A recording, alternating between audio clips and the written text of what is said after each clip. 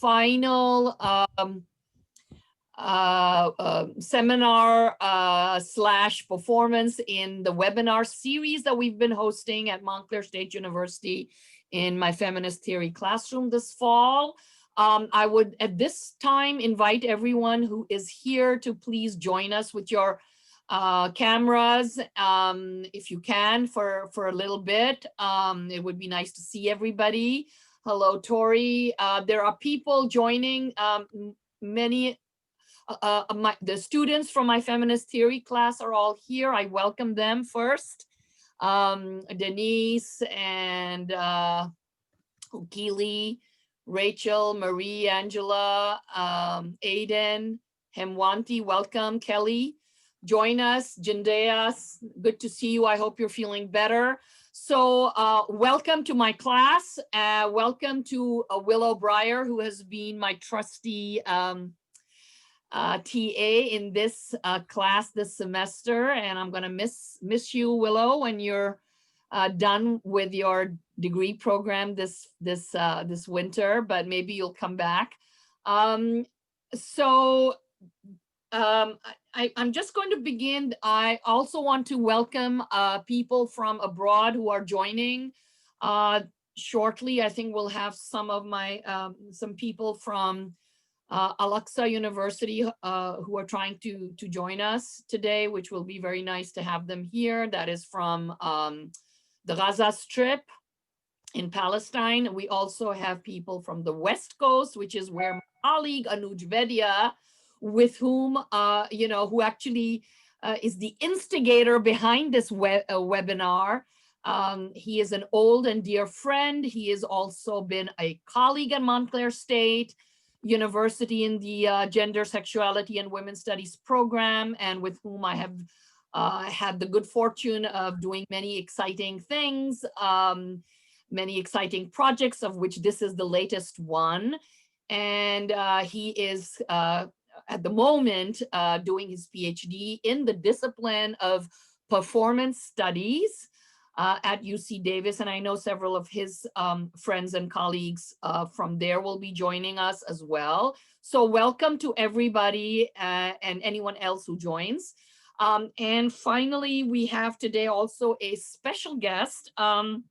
He is an old friend. I mean, one of the things that has been really, in a way important and gave rise to this webinar series and an idea that we've been exploring through it is the idea of these webs of relationships, webs of relationality, how we connect to each other, on so many levels across time and place and space.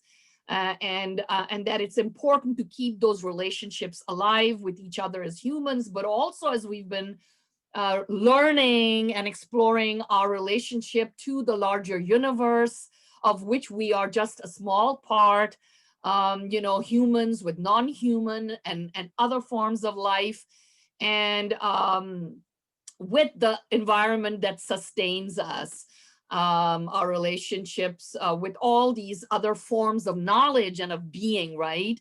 And it's in that spirit of relationships also that I want to welcome my friend, my good friend, and a person with whom I've collaborated on work that has been very important to me, through which I have grown and learned a lot as a performer, as somebody who was involved with one of his early experimental theater companies called Compagnie Fin de Siècle. I have very fond memories. Ibrahim, welcome. Please let everybody see you, and just with a wave of your hand.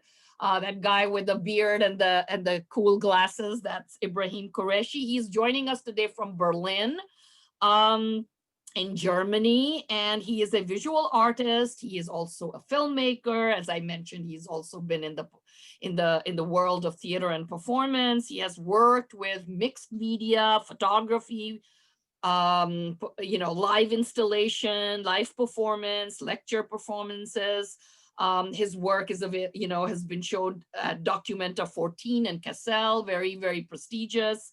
And my most recent project with him was when he invited me to be, part of his film project called Holy Mama, which is currently it's a documentary film, in post-production, and around the topic of women in Islam, and how to understand the ideas around the oppression of Muslim women, but told from a queer perspective. And we traveled together for the first iteration of this a couple of years ago to Amsterdam, and that was really a very interesting experience.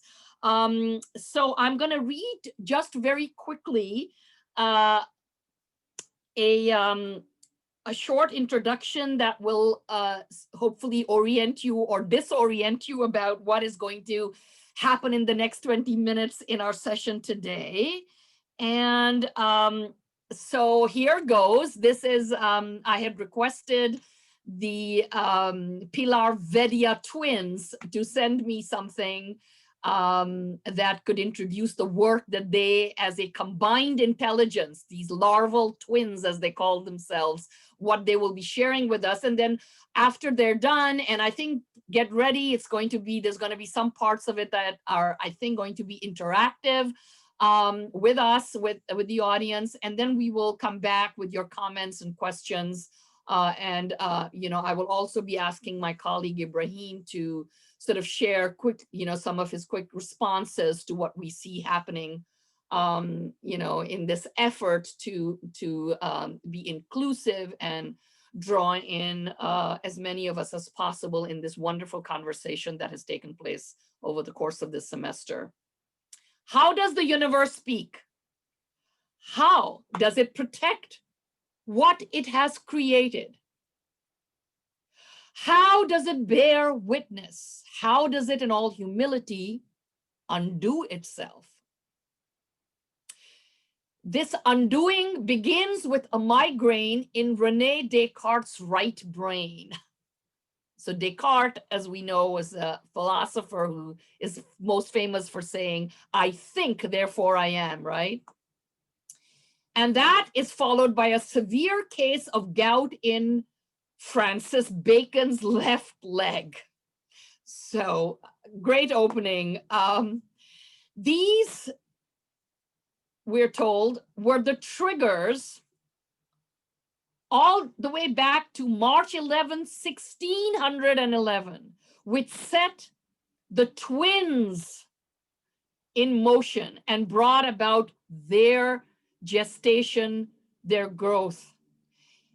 But it would take 400 years and the force of countless natural and man-made disasters to eventually manifest them and bring them to us today. These twins had been prophesied at the birth of humanity. They were whispers rising off of the plows of young farmers in Jericho. They were winds rushing through the magnificent halls of the pharaohs. They were premonitions on the tongues of the Greek gods. But human nature is as fickle as it is fertile, and by the time humankind had drifted into the rational glow of the Renaissance, these twins had become just mere superstition. And so when Pilar and Larval met in 2004 and began to spontaneously scream and crawl with one another, they thought that they were just having a grand queer old time together. Don't all folks scream and crawl when they are having fun? Apparently not. It would take the disaster at Fukushima to unleash their distributed intelligence. That is when they would realize that they were mothers, daughters, grandmothers to each other. kin of unknown origin crawling astride binary narratives of biology, reproduction, surrogacy, or adoption. P. larva and larvadia, they are the twins who hold the larva between them. Born of prophecy and precipitated by the hubris of man, they bring tidings of a new future, a post-human future. It is the formless, shapeless, and unknowable potential for new life on Earth. Prepare ye all for impending pupation. Prepare ye for the larval thrill. Ta-da!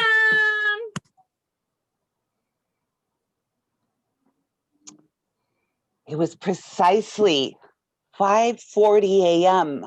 on March 11, 2011, when John Titor coalesced from his time machine. At 5:42 a.m., he stopped to calibrate his shoes and determined that he was not alone. At 5:43 a.m., Titor initiated motion and cautiously gauged the figure approaching through the fog. At 5:45 a.m., Titor and the stranger passed each other and nodded. At 5:46 a.m., At the 5:46 stranger a.m., felt a the waves surge off the of coast of nausea, Kohoku gathered up, followed by and a the shooting tsunami and pain crashed upon the in shore his of left Japan. buttock cheek. On further examination, it would turn out to be a boil. The stranger would turn out to be a question mark. At The 2:15 boil would a.m., gestate the for final 3 explosion days in a before series breaking of out meltdowns that at began 2:15 a.m. approximately 60 on hours March earlier 14th, occurred at 2011, Unit 3 reactor and under of the cover of night, Fukushima the twins nuclear would power emerge plant. from their larval drift. On 11 of March 2011, a 9.0 magnitude earthquake struck off the northeastern coast of Japan, the largest ever known in Japan, and one of the 5 largest earthquakes recorded in the world. The earthquake lasted less than 10 minutes, but caused a ricochet effect that moved the entire country of Japan a few meters to the east. That tripped safety measures at the reactors, causing them to scram or shut down. All of the systems of the reactor worked perfectly. It shut down and restarted. The problem was that 45 minutes later, a tsunami came in. Because the earthquake's epicenter was under the ocean, it caused a subsequent tsunami that covered nearly 300 square miles, destroying and severely damaging more than 1 million buildings and claiming thousands of lives. The tsunami swamped the Fukushima nuclear power plant, flooding the generators that operated and the reactor's emergency cooling systems. The reactors overheated, damaged the nuclear fuel, and sparked hydrogen explosions that breached the reactor buildings. The 50-foot tsunami in some areas, the largest waves that were arriving 45, 50 minutes later. At Fukushima, the 13-meter wave overwhelmed the plant's seawall, which was only 10 meters high. According to The Guardian, currently More than 1 million tons of contaminated water is held in almost 1,000 tanks at the Fukushima Daiichi site. But the utility has warned that it will run out of space by summer of 2022. The release of this water, which has been filtered to reduce radioactivity, will start then in 2022, right into the ocean.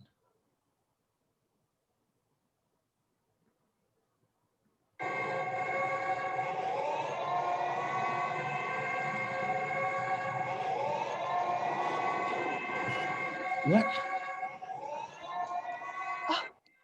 What? Is, what? Can it be? Pilarva, can it be? Oh, how exciting! I can't. This is so humbling. No, How no, can it this? really can't We be. don't We don't deserve this. it. No. No. The Damnatio Memoriam Award. How is this being given to us? We are so humbled.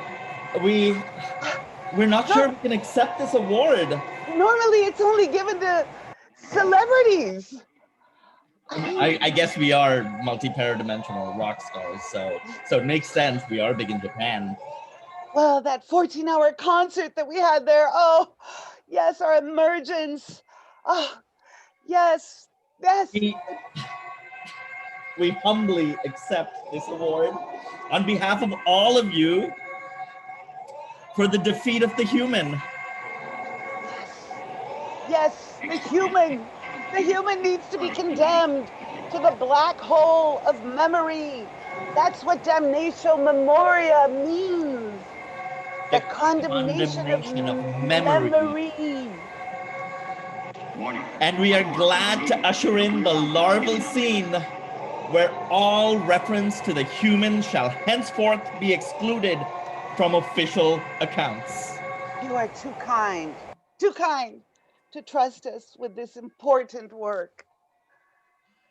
Yes, together we shall lose the human, so that together we can win the more than human. Explosions imminent. Evacuate the facility immediately. On behalf of each and every one of you in the room today, we accept this award for the larval embracing of the defeat of the human, which is the only way of moving from necrotic egocentrism to biotic ecocentrism.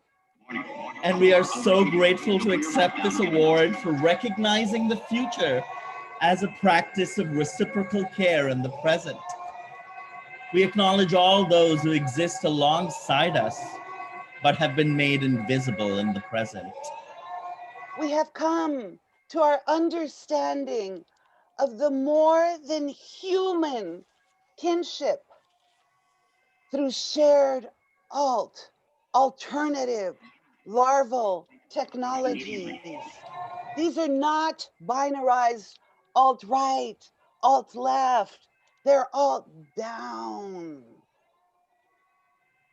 Yes, the alternative larval technology practices we are being recognized today for include crawling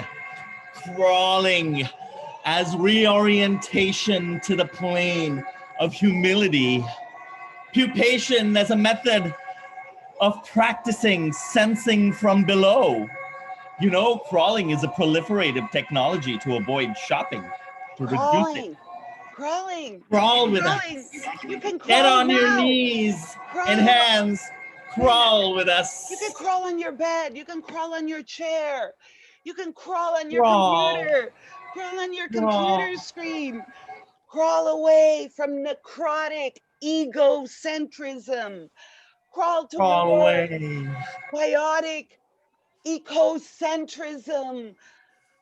Yes, crawling crawling brings us closer to the earth so we can serenade our microbial mothers, helping us, empowering us to drift beyond the prison of language, amplify our larval sensoriums, our ESP, our extra segmentary perception.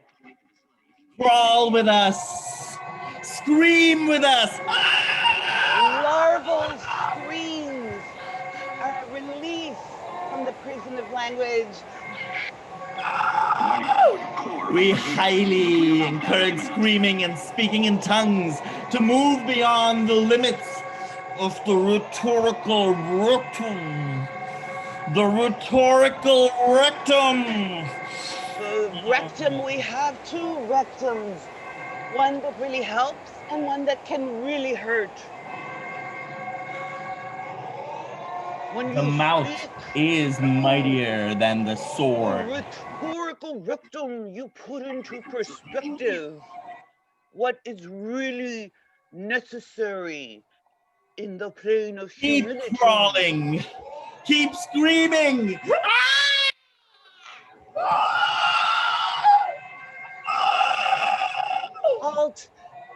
Alternative larval technologies, advanced larval technologies. It's just procrastination is an antidote to production and production and more production and production and production. Procrastinate everything. But we shouldn't. We should no longer procrastinate the thanks for. No, you're right. You're right. We shouldn't be. Yes, we should not Show. procrastinate the thanks. Amoria. Yes. Not everything, not the thanks. Not the thanks. We want to share this award with the question mark, source of our paramythologies, logics, practices, gleanings, and technologies. We want to share this award with John Tider, our paraselves question mark that appeared on that beach during Fukushima. Tider, John Tider, the only documented time traveler, stands with us as a witness to our queer futurity, our twindom, the queer birthing from the boil on the ass of the question mark. We were born from the ooze and the slime. We want to thank all the migrant, the documented, and undocumented farm workers who plant the seeds, tend the seedlings, and grow the food that we eat. We want to bear witness to the struggles of those who labor to keep us alive. All the mothers who are others. We want to thank the undocumented farm workers who have become essential workers during COVID, yet cannot avail themselves of basic social services, for that would lead them to dangerous encounters with ICE, with the carceral state, with forced separation from their children. In California, these farm workers had to stay outdoors and work outdoors for hours each day, breathing in the toxic air from the California wildfires to feed their families and all of ours. We want to thank these farm workers who have always been essential to put food on our table, not just now. And we accept the defeat of the human so that the farm worker shall not be dehumanized anymore.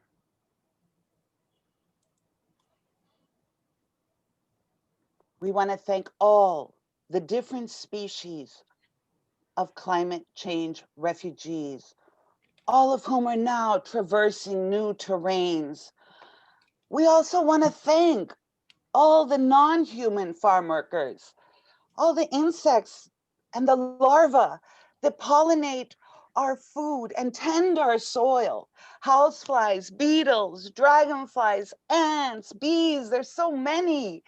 We wish to bear witness to the horrible struggles they face, as half of all insects have been lost since 1970 because of the heavy use of pesticides and other destructive forms of agriculture. 40% of the 1 million known species of insects are now facing extinction. We lament this insectageddon. It reminds us that we are not human. We are not human if they are not. This brings us to those we are not thankful to.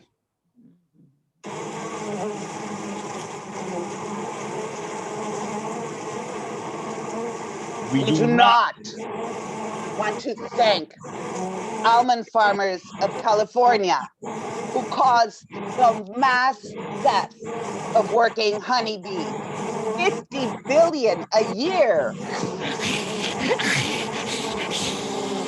We do not thank corporations or agribusinesses that use neonicotinoids, Syngenta, Valent, Bayer, Monsanto, pesticides that cause colony collapse disaster. We do not thank commercial bee operations that are sending their bees to war, not to work. We do not thank the USDA or the EPA or any politicians active in the world today, all of whom are active in habitat destruction, habitat fragmentation, intensifying climate change. We do not thank out-of-date human logocentrism. Superiority complexes. Or hubris. We do not thank binary narratives.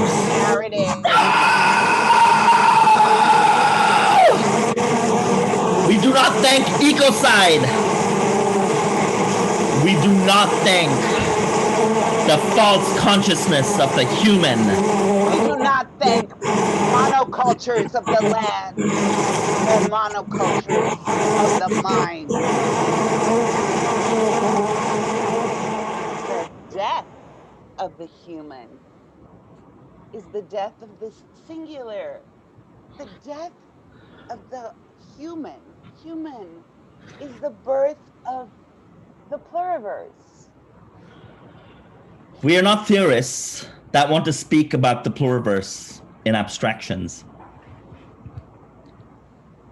The pluriverse is a world of many worlds, a world where many worlds coexist.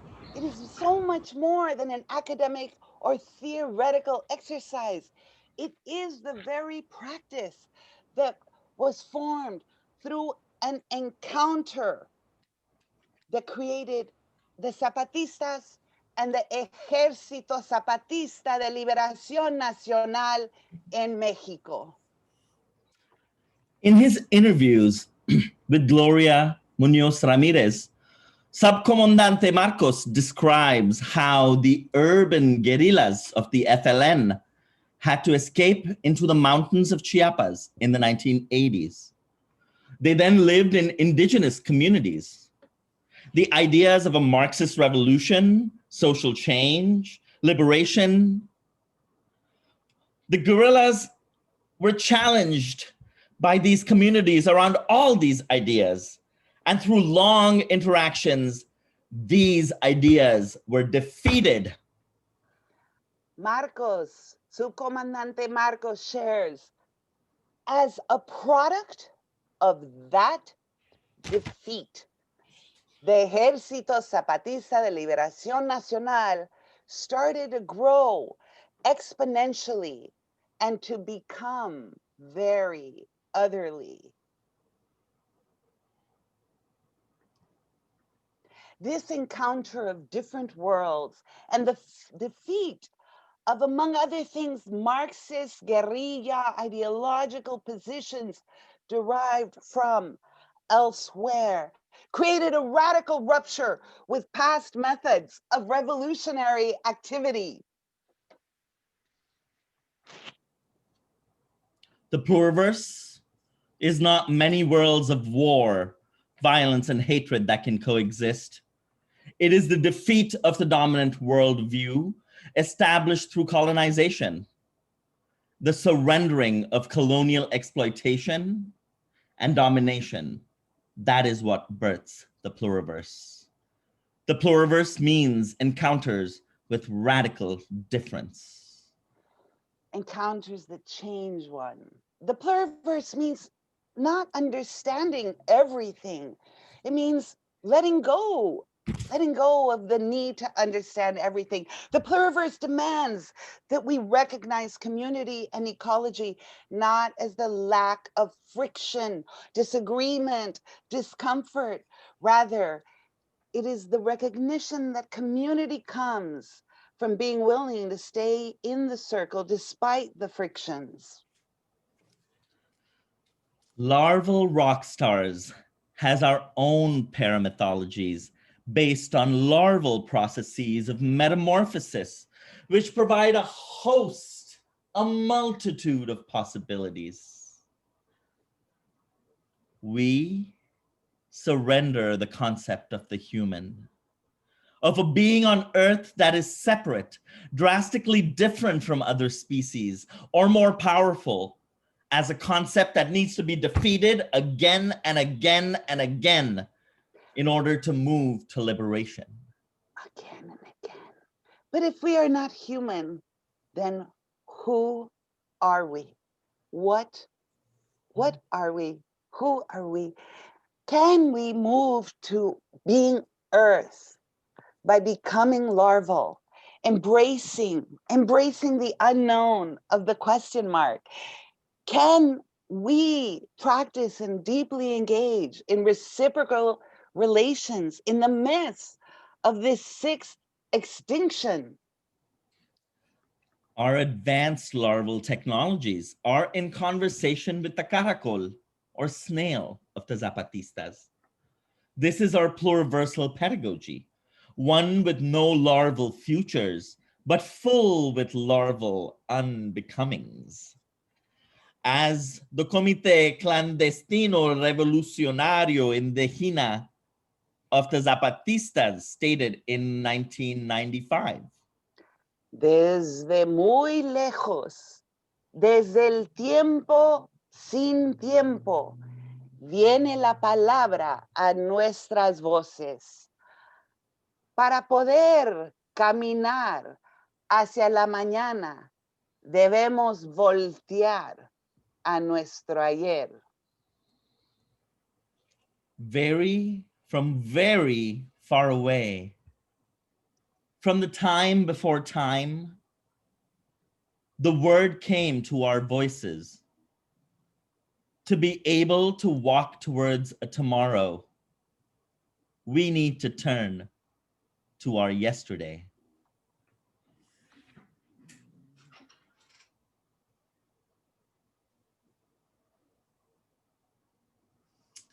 Wow.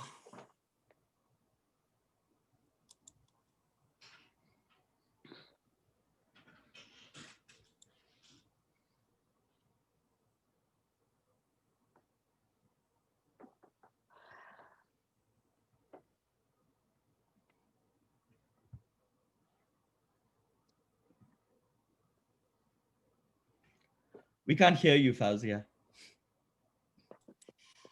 That was amazing. Very powerful, very moving. I don't know if anybody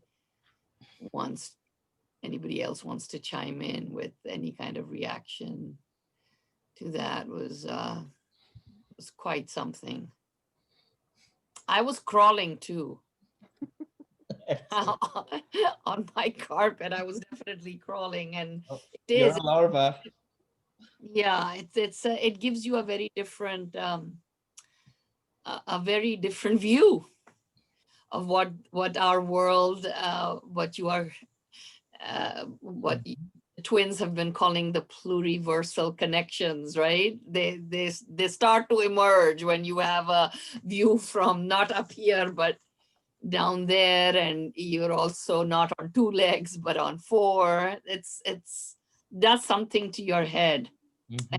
Take us back to where you ended, which is, to build the future, you have to go back to yesterday. And in a way, this is what we forget, even in just thinking in human terms, right? When human terms, we forget ourselves, what it was like to be a child, to look at the world through a child, right? And the child, the human child, the other who crawls, right? So I think it was very profound, your meditation, which is really what it felt like to me.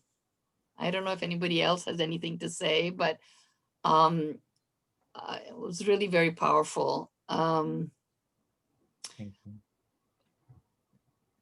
I'd like to maybe just say a few words that might be questions. And I'm hoping maybe in the chat function, some of my students, if they have anything that they want to bring up, how you were affected by this, right? Because in a way, what I think performance, and this was kind of like a performance lecture slash, what it does is it activates not just that mind, the rational, I think, therefore I am, right?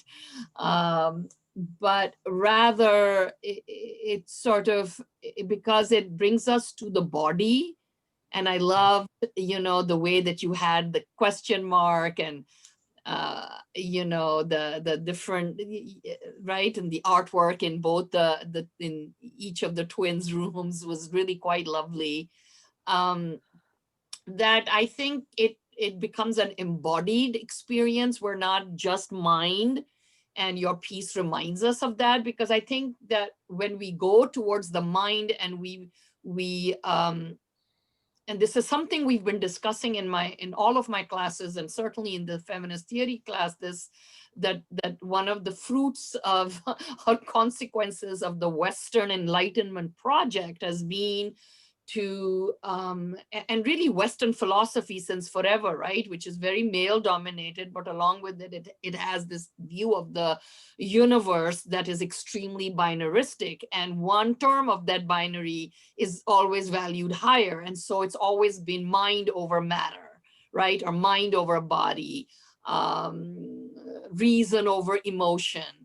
And what you did today was to remind us really of the experience of affect, right? That we feel when we hear this, because we are not just hearing or listening on a mental or intellectual level. We're also, and that's why I think your call to all of us to crawl was very important, because suddenly we were, it was tactile, we were bodies, and and bringing the body mind dualism and getting rid of it is an important step in this practice of really decolonizing the world and starting afresh, because we've seen where we've gotten to, right? And part of that mind body split has been the male female split, right, which is sort of the purview of feminist thinking, in which male female also has to be then done away with, which is where the importance of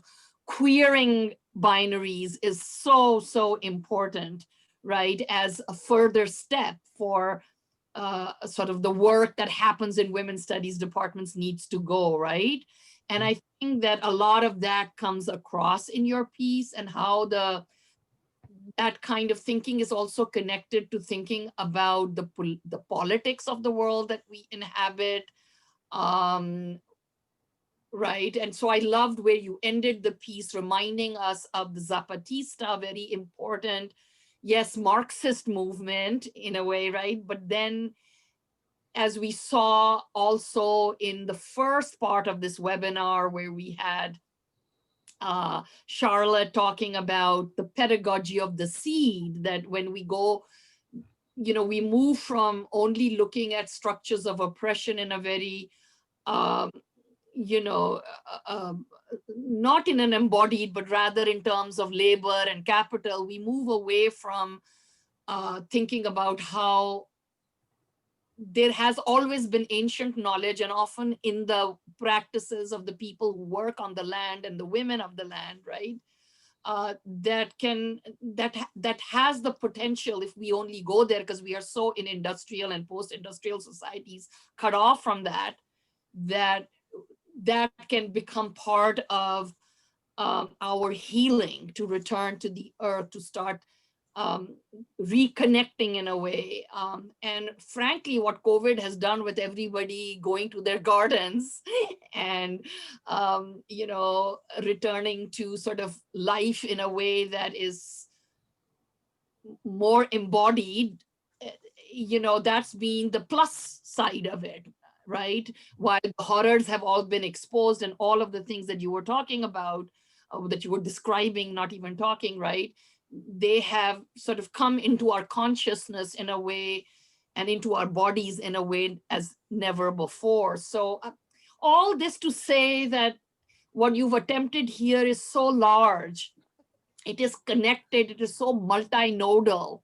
And maybe you can talk a little bit about that. And then I would love to ask, and maybe as I sort of go off of this, to ask if my friend Ibrahim, who has done so much work himself in experimental kind of pedagogies, if you will, if he has something to say to add on. And then I'm hoping that you, the twins, can maybe chime in and maybe add to what we're saying, or explain a few things or a few questions that others might have. Thank you.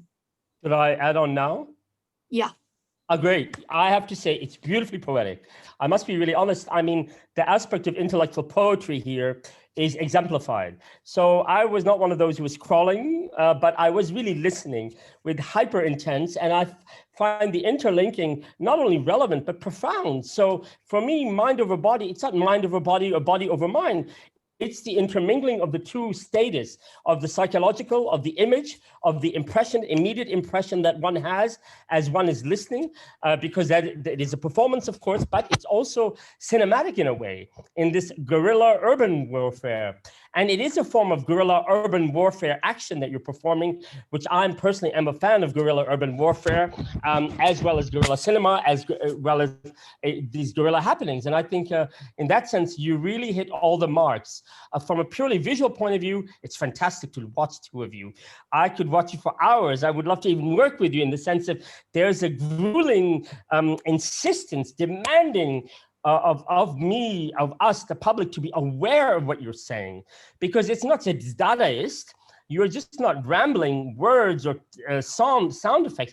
You're actually constructing concepts, and you're playing with them, and you're not taking them as holy, but you're actually breaking them at the same time. So I must say, I really am immensely pleased to see this performative reality. And I have to say, I was simultaneously sending messages and little clips of your videos to some of my colleagues to say, this is actually what should have been in the Berlin Biennial, not the stuff we were getting.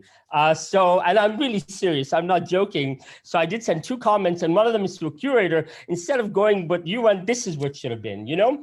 And I think that we need this kind of awareness that is deliberately non-political, but it's highly political, deliberately non-PC, but it's highly PC in a way, but it is non-PC, because actually you're playing with every aspect of humor, every aspect of a cultural cliche, and you're twisting them, you know? So it doesn't matter if you're from Latin America or Central Africa or India or the US.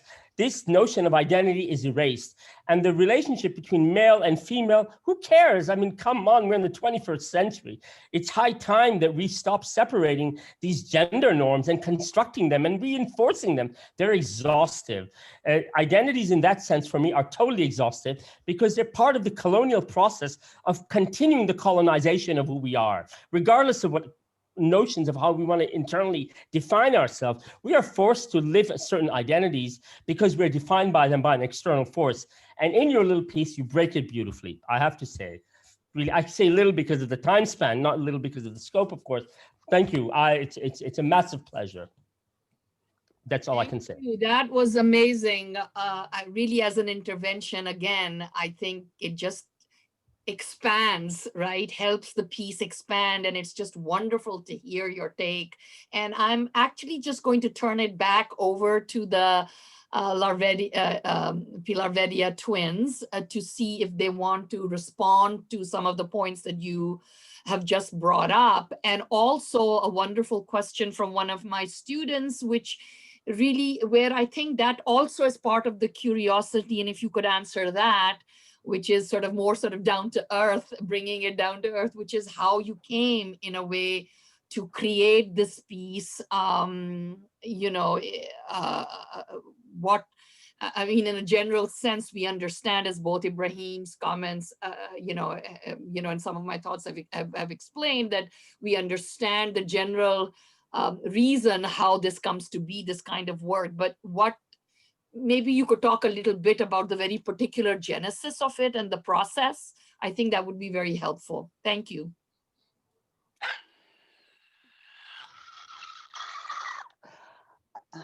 Larvida, I would just like to make a few comments. Thank you so much for your generous, very generous remarks and insights. I do want to say that as we are twins born in two different hemispheres at very different time periods, the larval is what the metamorphosis, the removal, the exdesis process, all of the ways that larvae are undoing themselves in this pupation into another state. It is our identity, it is our gender, it is our way of being in the world, is in an in-between state. And this allows us to play a lot with rigid conceptual areas that have again fall into binaries so easily, or dichotomous thinking so easily. And we practice our own larval technologies by crawling, by larval screaming, by getting on the plane of humility. And we understand that for many, there's a history of the term the human, and we're not in any way trying to ignore that history. We are trying to get beyond that history.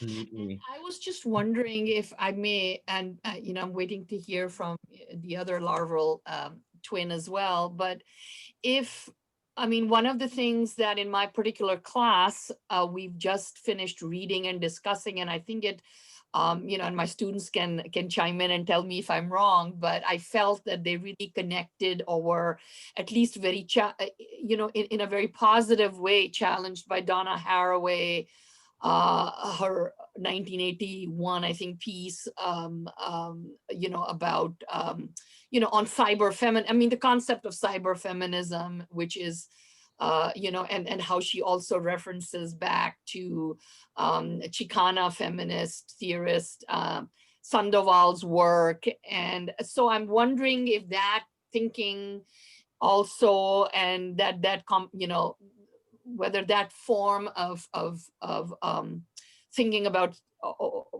or embodied, a certain kind of embodied theorizing, whether that also fed into your own work as, and your larval technologies.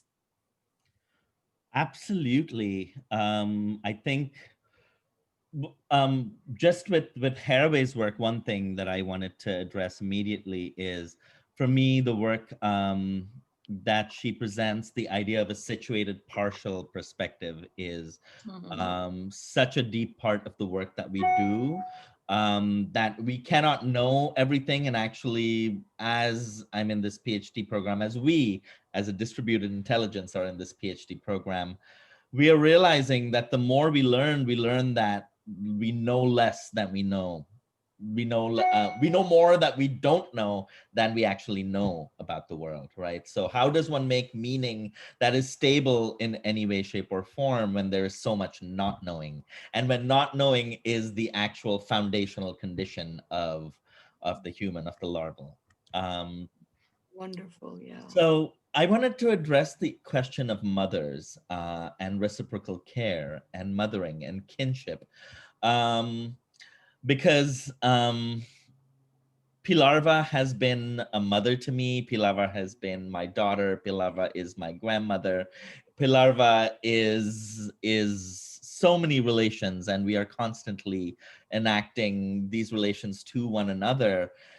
And one of the aspects of queering for us is to think through care and think through mothering that is genderless. How do we bring out the best mothers in each other? How do we recognize the other mothers, like the bees that take care of us?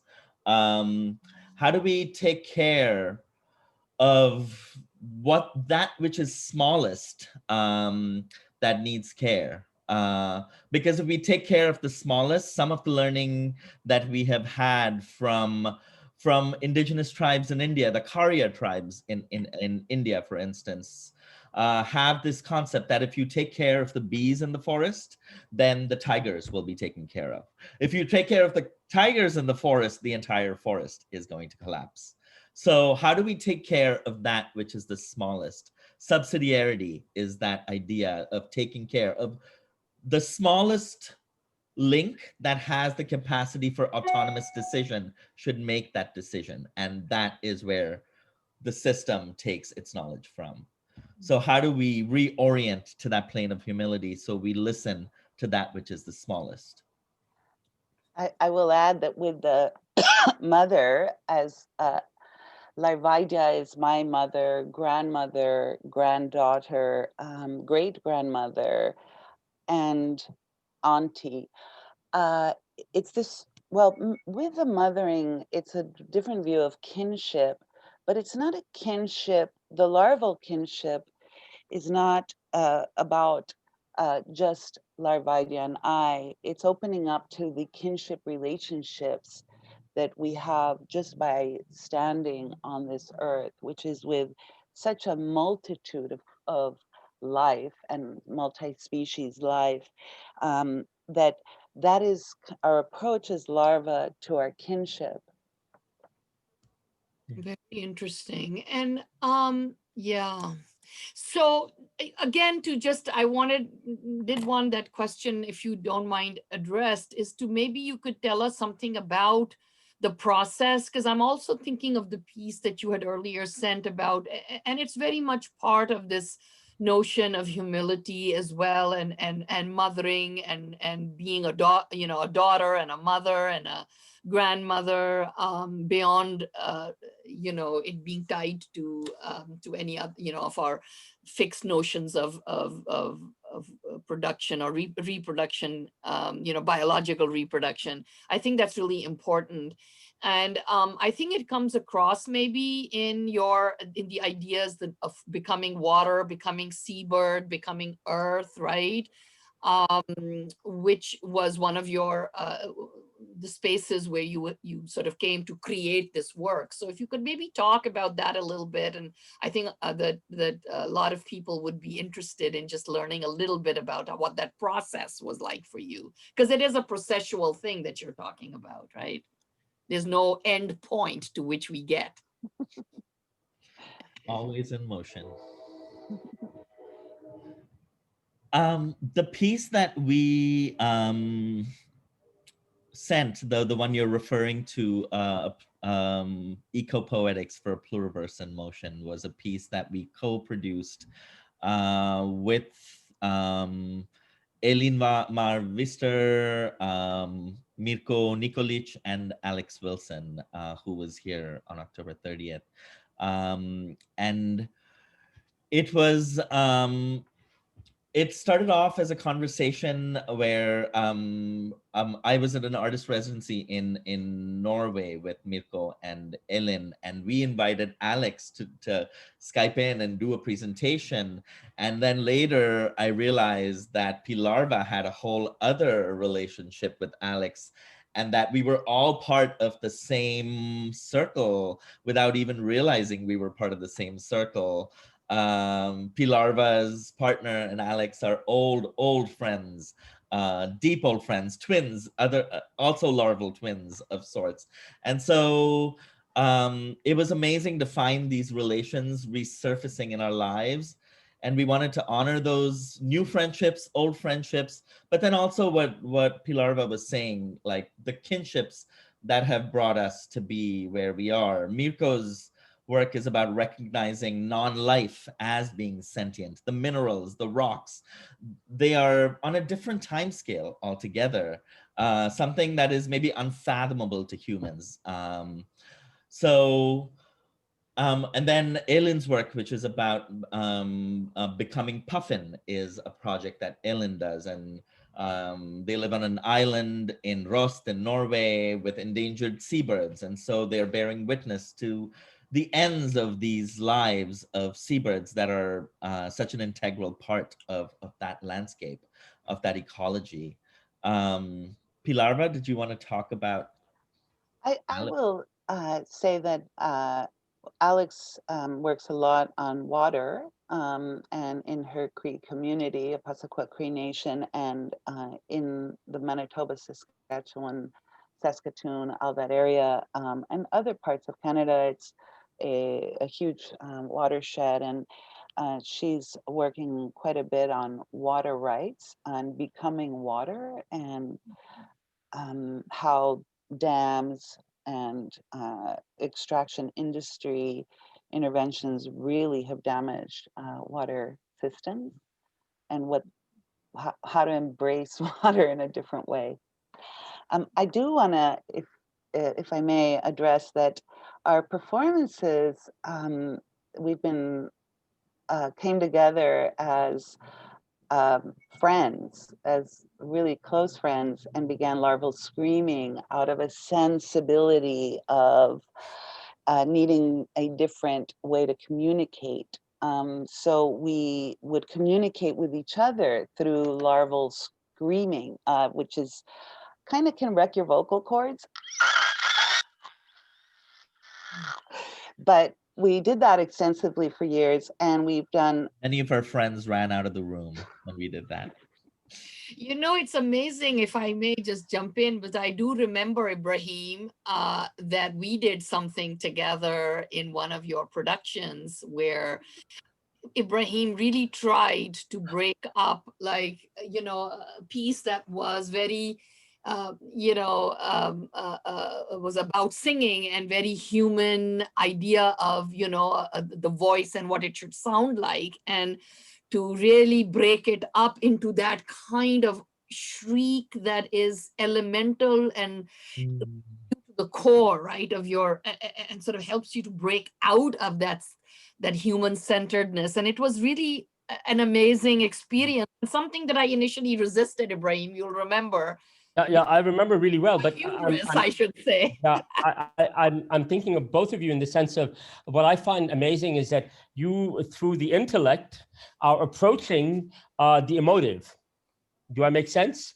And that's normally we present that as a reverse. The emotive is seen as something so-called feminine, and the intellect is so-called something is seen as hyper-masculine, let's say, as logos, And I love the fact that there is an absolute inversion of this, of the emotive is the intellect and the intellect is the emotive. There is no separation, where the boundaries between the feminine and the masculine don't even matter, And where there is an attempt through this, I don't want to call it screaming or screeching, but through creating sounds that may seem alien to us or may seem disturbing to us, are actually part of our inner core.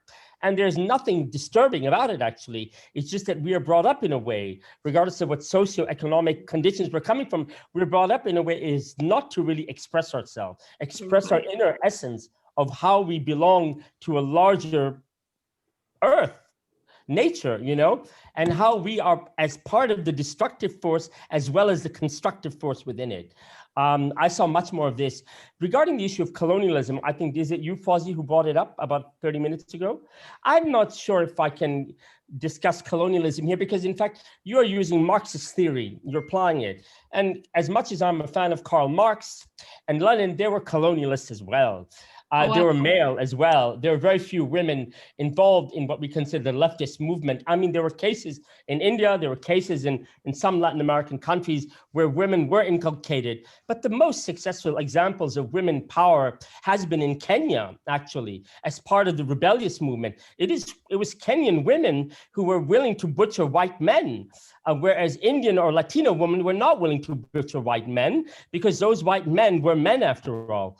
And because a country like Kenya, for instance, in certain parts of Central Africa, where they were not infused with the Judeo-Christian, Islamic, Hindu mythology or morphology, they were much freer in a way. So, right. And I think that the idea of the sacred here, rather than those kind of religious ideologies, becomes very important. And I want to give the last words to our, but yes, you're right on, it's very interesting that you bring up a lot of these ideologies and ideological structures, which clearly center a humanness. And I think that is part of the hubris, which to really decolonize, we have to get past even not just the male female, but the human centeredness, right? The anthropocentrism, which is central to the way that we have so far lived our lives, to great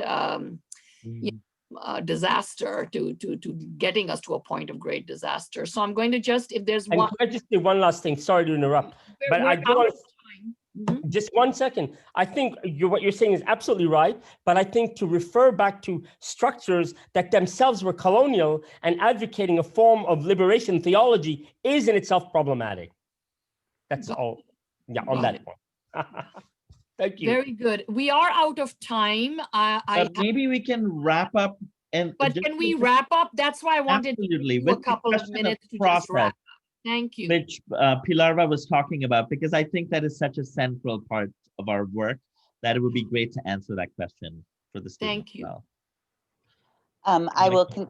You can do it, or I can do it. We're distributed through our process of screaming, and then beginning to crawl, and then trying all these different ways of undoing any learned behaviors and exploring our queer selves. We then began doing performances together and doing them in different settings. We did the labyrinth of the question mark. We brought in John Tider. We've had audiences crawling. We've had them with larval dolls, eating actual larvae, and not using any language. We've had performances that overwhelm people with language as play concepts that we're playing with, and then others where we don't have any verbal language, but just sound and audio and screaming. And so it is part of our becoming larva and undoing is to work with the body, with the publics, and bring in this other world of possibilities. And as part of the pluriversal approach, where you construct, you do not destroy, you are not interested in power, and you're not interested in using power. Like the Zapatistas, you're interested in autonomy and in disconnecting from the modernist project, and that's based on coloniality. And I'll turn it over to you, Larval. And one last thing that I wanted to add to that is part of our process has been working quickly, working fast, working dirty, working with piss poor aesthetics, working with what we have in front of us right there, with the detritus of capitalism.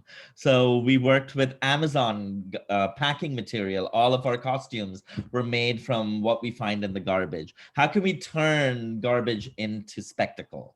How can we repurpose the things that are undoing us and undo them in the process? And we work fast. Like, we don't pour over. We're not looking for perfection. We are looking for the emergent. We are looking for mistakes that can lead to creative outbursts. We embrace failure, because failure is a place to learn and grow, because like you said, there is never an end. One is always moving, always unbecoming and becoming. Wonderful. That was just amazing. And a wonderful, Brilliant, brilliant.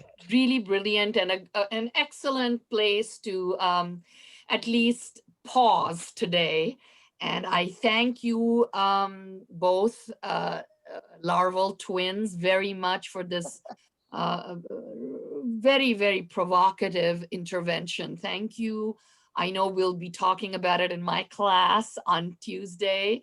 And Ibrahim, thank you very much for joining us and for your intervention and additions. Thank you for the Larva. Thank you, Fawzia. It's really was brilliant. a lot Really of fun and important. Thank you very Yes. much. And Thank thank you, you all. students. Thank you, Willow. It was Thank a you, great Willow. way to end our webinar series, Anuj. I feel Yes. that it really all came together very well and connected back to ideas we've heard earlier. So thank you. Yeah. Thank you, Fawzia, Thank for you. opening well, up your classroom. connected, and absolutely. Thank you. Thank you Gracias. all. Thank you, Gracias. In students. touch. And Bye. to our Thank you, community Pilar. to support us. Pilar Vedia. Thank you both. Bye. Bye. Bye-bye. Bye.